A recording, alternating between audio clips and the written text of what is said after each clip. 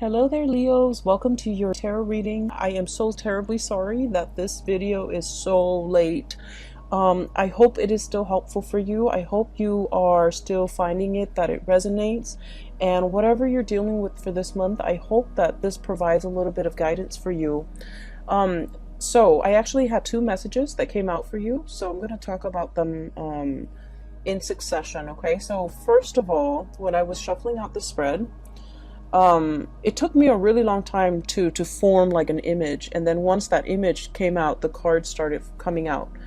So what I saw was very distinctly, there's a man, he's driving down like a very mountain hilly road. Okay, it's a 2-lane street and there are a lot of hills, so he's going up the hill and he's in this really small white compact car. It's a very small car. It looks almost like the 80s in rural America somewhere. It looks like the 80s. So he's like I can only see the back of the car, and then he goes up the hill, and then as he descends the hill, you see this power plant. Okay, and power plants has that insignia that denotes radiation. So there's a power plant. It's white. It's looming in the distance. So it seems like that's his final destination. And then you see him getting closer and closer. The power plant looms larger and larger. It's emitting smoke. And then his car kind of stops at the gate. There's like security. He gets through, gets to the base of the power plant, and he steps out of the car with a full suit and also his briefcase. Okay, so I was thinking that he works there. He works in this very intimidating, looming, like it seems like for many of you, you might work in an environment, in an organization that is like heavily scrutinized. Okay, that's what it feels like to me, because the power plant is huge. It's emitting smoke, so who knows what it's allowing to leak into the environment, right? And then on top of that, it has this huge radiation sign. Okay, is huge. The emblem is like on the side of those smokestacks almost. So I feel that for many of you, for whatever reason, there's a lot of commotion around the work that you're doing. Either the company, the organization is facing a lot of scrutiny from the press, from the public, from the neighbors even that surround that physical structure. And so I do feel like I feel that a lot of you guys identify very strongly with the work that you do. You want work that is meaningful. You want work where your skills and your talents can be on full display. And especially for many of you, you might be like the voice, the face, the model, the mascot for whatever it is that you're working at. You might be a sales rep, for example, for a company that you work at. So you're kind of like the face of the product. Okay, you could be very visible in the limelight, especially for many of you. A lot of Leos are politicians. Okay, and so I do feel there's a lot of like you're kind of like in an environment that might be facing a lot of scrutiny, and you're doing the damage control. You might be the PR person that everyone reaches out, and you might have to deflect questions, you might have to create your own red herring in order to distract people from something. From something. You might be hired to take on a position so that you can do damage control. You might be hired on by a firm in order for them to fix something that they've made a mistake on. Now, we are moving away from that November timeframe, and November timeframe was problematic, especially for a lot of work environment, and especially for when it comes to their public image, because we had a very profound Mercury retrograde period where a lot of deeply buried things are coming to light, okay, or were coming to light. It was in the sign of Scorpio, And so I felt like a lot of things that people kind of sweep under the rug, a lot of deep, dark held secrets, especially as it pertains to companies, organizations, and work environment and things like that. Things that people in power were trying to hide from the public, or truths that they were trying to distort, or just things that they shove away when no one is looking. I feel that all of that might have come to light recently, and as a result of it, you're kind of called in to do some damage control. Okay, so that's what I was feeling. I just feel like the work environment that you're in is facing a lot of scrutiny. The people you might work with, they might have their own personal issues that's facing a lot of scrutiny. Okay, and they're faced with a lot of scrutiny. And I'm sensing a lot of people will come to you for the month of December, asking for advice, like, should I do this? Should I do that? Because they're really concerned about their public image. And, it doesn't mean that they're superficial or vain or shallow. I just feel like there's something going on here where somebody's job might be at stake, and you're kind of called in to either provide some guidance, provide some legal advice, expert advice even, how to de-escalate tension, how to de-escalate a potentially volatile situation, how to, do all of those things, okay? I also feel like, you're good at your job. You're paid very well. For many of you, you're paid very well for the work that you're doing. But behind it, I feel that, it's a job. So you try to do what you're told. So for example, you work with you're hired on as a contractor to do some damage control for a company, and you might not like that company very much. And so, even if you don't agree with it, agree with the things they're trying to hide, the things that they're trying to sweep under the rug, you're hired to do this job.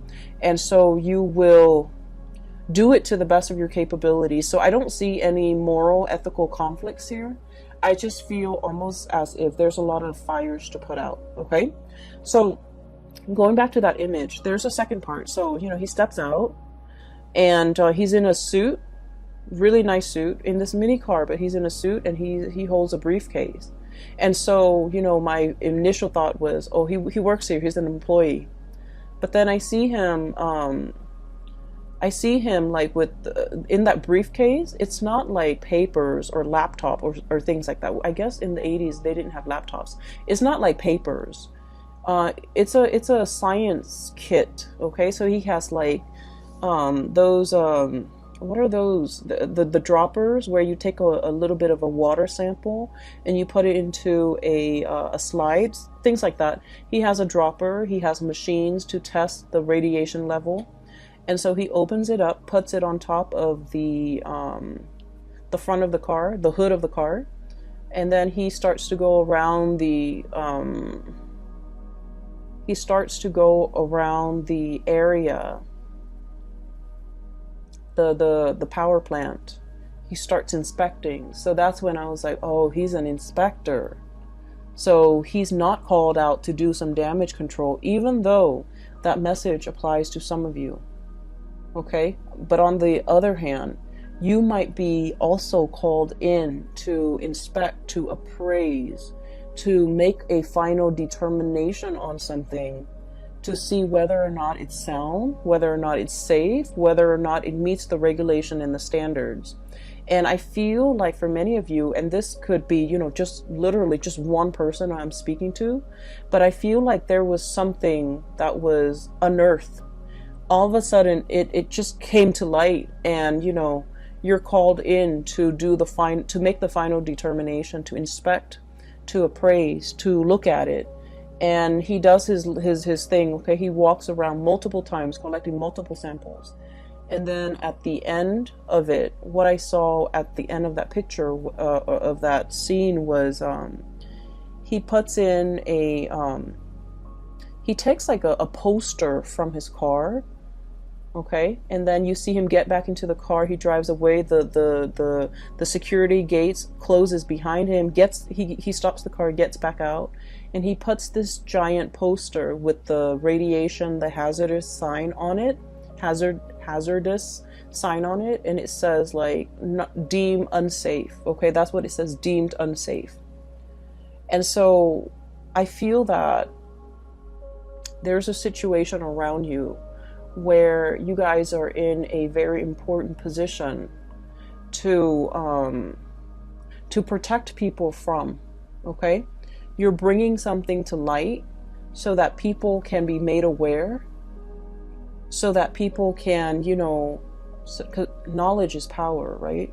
But I feel like there might be something that is unsafe, that is unfit, and you're drawing attention to it. You're calling it for what it is. Okay, so in a way, this could be in a work environment, but then I also feel that for many of you, the word unfit parent came in. Okay, so you might be, for example, a social worker, where you're inspecting homes, the home environment. Is this a safe place for children to be in? You might be inspecting like a retirement home where they take care of elderly people. You might be inspecting like a preschool, even a high school. You might be like, you know, one of those superintendents or one of those inspectors, academic inspectors, to make sure something is meeting the requirements, it's passing, you know, the regulations and the codes, and make sure other people are abiding by it, because if they don't abide by it, it can cause long-term negative impact on not only, you know, the people that are involved, but the surrounding area. Hence this power plant. Okay, it generates power for the entire area, and if something happens to it, it will affect negatively the entire area in terms of, you know, power surges, or even worse, like chemical spills and things like that. So I feel that you're taking your job very seriously, and you're wielding a lot of power. You're wielding a tremendous amount of power, where what you say, what your findings are, what your final determination is, it will affect a lot of people. And I just have to say, Leos, you know, us fire signs were incredibly ethical. We try to always walk down that straight and narrow path. Okay, we're humans, we do stray from it. Okay, but I do feel that for a lot of fire signs in general, ethics and morality goes a long way. You know, there's always a right and there's always a wrong, and we don't really mix the two. Okay, water signs always know there's a right and a wrong, but they make justifications based on their emotional attachment to a specific outcome. Air signs can rationalize. They rationalize, well, it's wrong in this context, but it could also be right in that context. I feel like for a lot of fire signs, there's a right and there's a wrong, and no matter what the circumstance, you know, the circumstance doesn't justify whether or not something is right or wrong. Those things are not malleable. And so I feel that you are wielding a tremendous amount of power here, and you're doing the right thing, because you understand that by, I guess, succumbing to, you know, pressure, or by not listening to your own sense of morality, it affects a lot of people around you, a lot of people that might not even be family members, that you might not even know them, you know, personally, but it affects their families, it affects their livelihoods, it affects their health. And so you're doing everything that you can to make your final determination on something, possibly to close something down, to shut something down that's not healthy, or to, you know, or to like find justice in a situation. Okay, I see a lot of people here where you might be looking at, you know, the way somebody is raising a child, the way somebody is taking care of another person, and you're disagreeing with the way in which they do things. And for some of you, you know, it is the holiday season. We're going to be dealing with a lot of family members. So I do feel some of these issues are coming up in the family unit. You know, it's like, you should have done this as a mother, you should have done that as a father, you shouldn't treat your parents like this. You know, all of those discussions, I feel is coming into the picture, and I keep seeing like unfit. Somebody's unfit to do something. Somebody is unfit to take care of themselves, or they're not all mentally there, and they have somebody else who's managing their estate, or who's like a power of attorney, and that person is unfit because they're taking advantage of the person who's not able to take care of themselves. So I feel like all of these ethical, moral debates are coming into the picture, and I do see you discussing all of these things with family members in a very passionate manner. I don't see it being like an argument where we're arguing and screaming and slicing each other left and right. I don't see that. I just feel heavy discussions over somebody's qualifications, over somebody's capabilities, over, whether or not something is fit, or whether or not the situation needs to be shut down and closed off. Okay, so that's what I'm seeing. And we're 16 minutes into the reading. I just wanted to get that out of the way, okay, because I felt like it's much calmer now. I feel a lot calmer. The power plants, the looming sign, that radiation sign is so strong.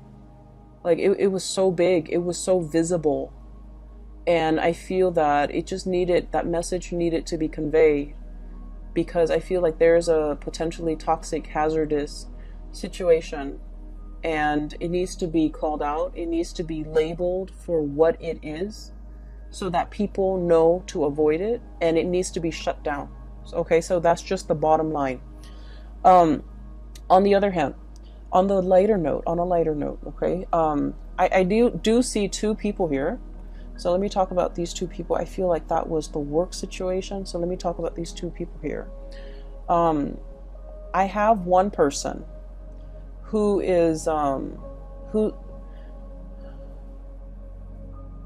they're very much still interested in you, but I feel that you're turning your back on them, and you're turning away from them, and you're finding love and inspiration and passion and reciprocity elsewhere. Okay, I feel that you are upset and frustrated with this person, and this person is showing up here as the Knight of Cups. Okay, it seems almost like he's got a blob. It's like a paper bag over his head. Okay, that's what it feels like, doesn't it? So I feel that you are frustrated with this person. I feel that they do a lot of things that frustrate you. I also feel like they're overly affectionate and possibly a little bit needy.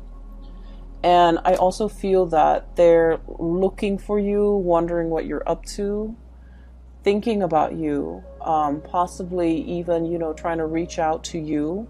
And I feel that you respond when you want to, but this person is no longer kind of like your top priority. I feel like once upon a time, the love between the two of you might have been very hot and heavy, okay? Because I do see an energy of like opposites attract.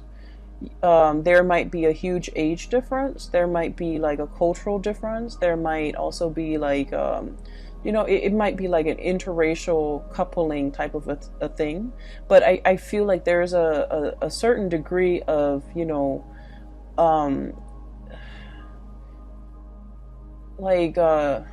guys are very dissimilar, okay? Very different from one another.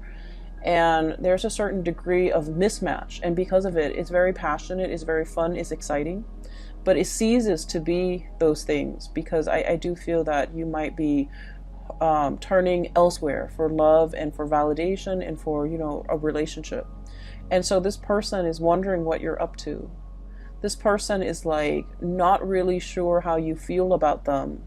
And they wish they could know how you feel about them, because they're wondering and always thinking. And, if you are a cross watcher, and this sounds like you, I just feel like with fire signs, what you see is what you get, okay? Fire signs are very straightforward. If they're communicating with you, they like you. If they're not communicating with you, they pretty much have exited the picture. And so I feel that for many of you, you have left this person kind of like hanging, or you've just left them out in the cold.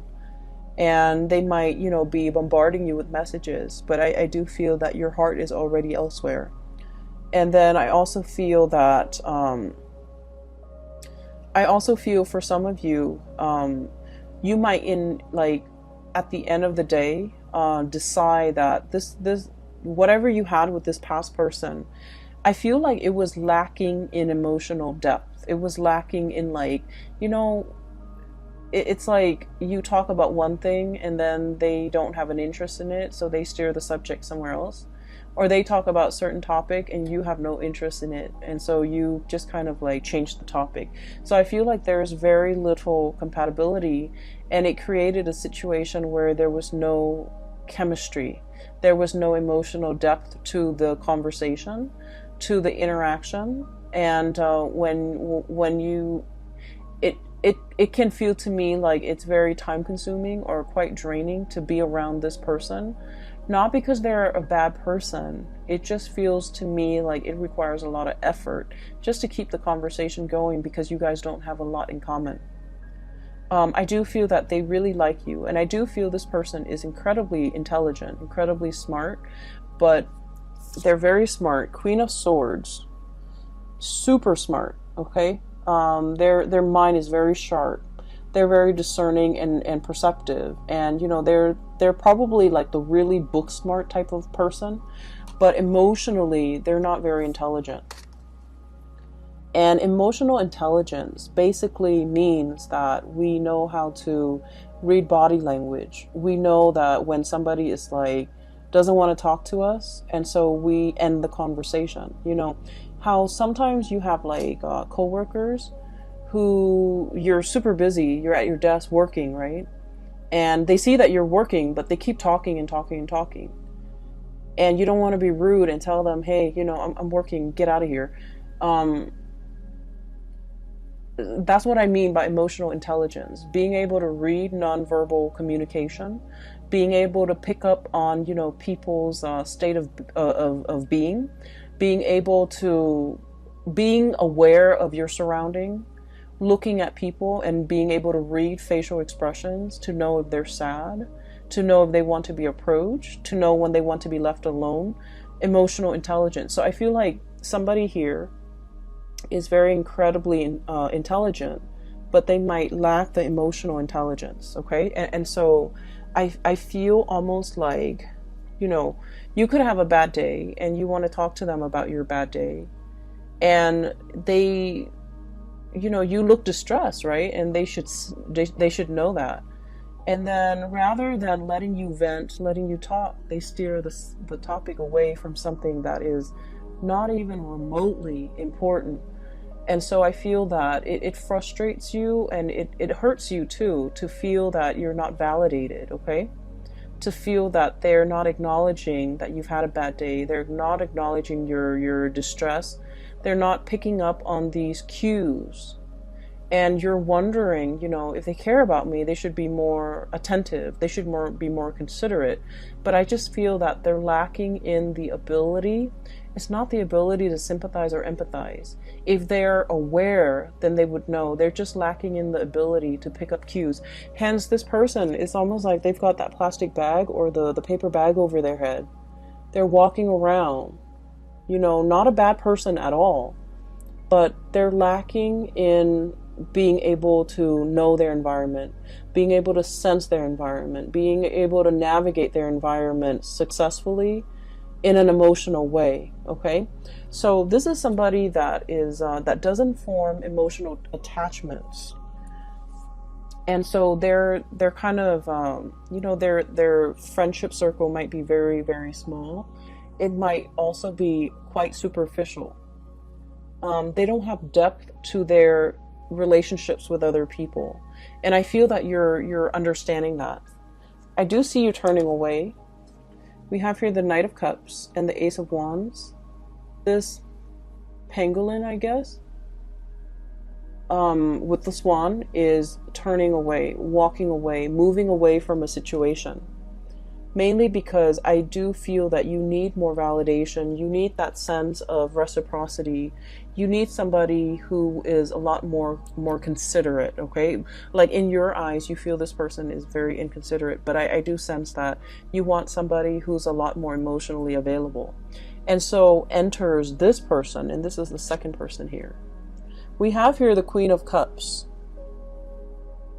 And I'm not reading the suit as a person anymore, because we have a lot of cross watchers. We have a lot of people with different planetary aspects, and you know, astrology is very complicated. It's the sun sign, the moon sign, the rising sign. That's like scratching the surface. That's like 3% of what astrology entails. Okay, and so by saying, you know, this is a water sign, sun, moon, or rising, I feel that it just glosses over the entire study of astrology. And so I'm going to read it as just, you know, the energy of a person.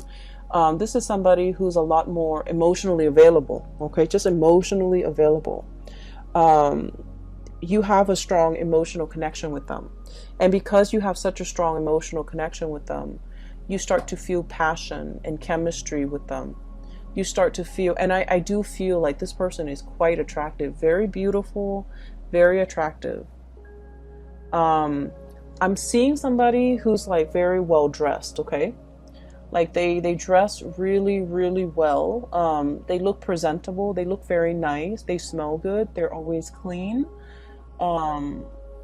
They're made up, so like they could have a lot of not a lot of makeup. There's nothing wrong with wearing a lot of makeup, but I feel like they're dressed to go out. Like every time you see them, they look picture perfect. They're dressed to go out. They take care of themselves. They look great, and they're beautiful and attractive. And you know, they just look clean, and they just look like they know what they're doing, that they know, that they're aware, you know. Whereas this person was kind of like fumbling in the dark. This person is very aware. And so you're shifting from the energy of one person who's kind of clueless to another person who's a lot more, I guess, considerate, a lot more attentive, a lot more observant, a lot more observant. I also feel that you could be dating two people. One person is quite fun. The other person, there's a very strong emotional connection. There's strong attraction, but they might be a little bit more on the selfish or the possessive side, okay? So one person might be a little bit more possessive. Like, I didn't mean to say selfish. I meant to say jealous, but selfish came out, so maybe. So selfish, or like they're a little bit more wrapped up in what they want, in their emotions, in what they want, in what they want to hold on to. And I feel like the emotions are very, very intense, okay? This is somebody that, you know, you've dated them for a really short time, and they talk about love. And it's not like they're just blurting it out. I feel that they feel emotions very strongly, and so they want to express themselves. And they're just very honest, very open with how they feel, and they know how they feel at all times. Whereas this person was not like that. They held back. They didn't communicate emotionally. And so this is a breath of fresh air for you. I would urge you, the passion is really strong here, Ace of Wands. I would urge you to slow down. You're kind of like going from one extreme to the other. That's what it feels like to me. And so I would urge you to slow down, because I feel like this person over here, there's a lot of passion, there's a lot of chemistry. You guys are a very good match. But they might be in a position where, you know, they're thinking about like, let's put a ring on it. Let's get married. Let's start a family. And it's like 3 months in the 3 weeks into the relationship, and they're already planning these things. And so I do feel possessiveness. I do see a sense of jealousy with this person. It's someone who's fiercely loyal, but they're also fiercely protective of the things and the people that they love, okay? She's like gripping and holding on to this lobster. And then I also feel like The realization here with this Judgment card is you're a little bit taken aback by the intensity of this person. When you were dating this person, you wanted intensity, you wanted passion, you wanted intensity. And then, so this relationship was lacking in that. So you might have moved away from it. And now you're meeting exactly the person that you were hoping for. Intensity, passion. And then you realize that the intensity is too much. So you're kind of like stuck in this loop, okay? And that's what I mean by you're moving away from one extreme and landing yourself in the other end of the spectrum. And so if you're still dating this person, I almost feel like, it's that hazardous sign. It's that hazardous sign where it's telling you to caution. It doesn't mean they're bad people. It just means, you have to think about, why is this person so possessive? Why is this person so jealous? Why is it 3 weeks into this relationship and they're already talking about marriage, talking about children, talking about, moving in together, getting a house, getting engaged? So mull these things over, mull over these decisions, because with the Ace of Wands, it denotes to me impulsiveness as well. And so we want to make sure we are on the same page before we can make these, major decisions, okay? Especially if we have children in the picture as well. So I feel like something is starting off really, really fast. It's great. It's passionate. And I feel that this person really likes you. And they might feel that you are the one. And then I also feel you have that ex coming back into the picture. And I feel like they're totally opposite people. On at first glance, or from what you remember, or from what you know about these two people, they're totally different people. But in its essence, I feel one person is a lot more expressive. The other one was very non-expressive. But at the heart of the matter, their energies are very similar, okay? They might have issues when it comes to emotional expression. One is too much, one is too little. Try to find that balance, okay? You might be that middle ground for them, for both of them. You might be that anchor point, and that's where they gravitate towards you. So just be careful that you have to moderate a relationship. Just be careful that you have to be the one where the other person leans on, because that can create, codependency. So, you want to be careful of that, okay? The second image that I saw for you was, I see this dark corridor. It looks almost like a hospital or like a school. It has a lot of different rooms, and it seems very clean and kind of sterile. And it's dark. It's, I can see a little bit, like I would say 30-40% visibility.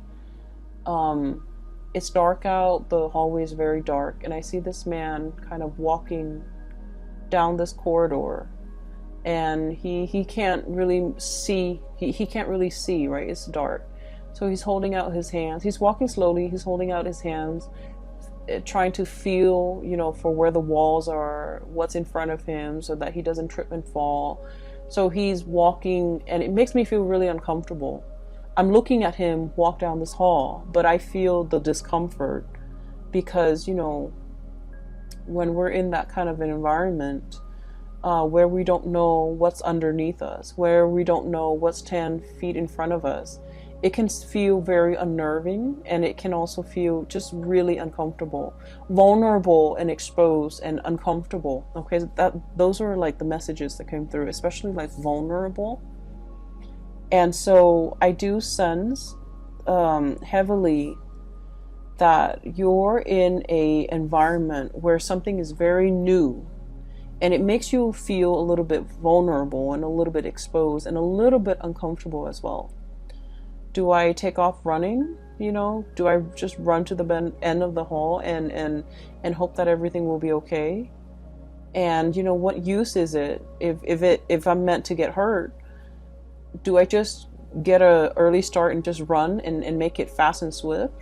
Or do I slowly put myself through this agonizing discomfort fear, feeling around for what's in front of me, feeling around for what's around me, and prolonging the discomfort, right? So I feel like those are the thoughts going through this man's head as he heads down this hallway. From what I can see, the hallway is clear. There are no chairs just thrown about. There's nothing that can really hurt him. It's a sterile environment.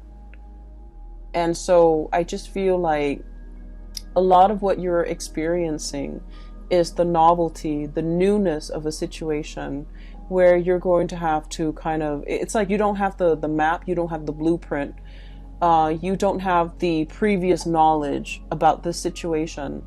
And so you're kind of like thrown in and, you know, forced to figure things out. For some of you, you might be dating somebody who might have children, and you're doing this for the very first time. And you're just like, I don't know how this is going to play out, but, you know, I'll do it little by little. You might be like in a relationship, and you're meeting somebody's parents for the first time. And you're just like, I don't know, it's going to be, you know, a little bit strange, uncomfortable, awkward even. But let me just jump in and then feel things out. And then for others, you might be taking somebody, excuse me, you might be dating somebody who is ethnically, culturally, very different from you, religiously very different from you. And, you know, you've always had like preconceived notions in the back of your mind. It's going to be like this, or they're like this, you know, so-and-so is like this race, this religion is like this culture is like this. And so you're kind of like nervous about like how to bridge that cultural divide, how to bridge that divide in general with a significant other or somebody that you're dating.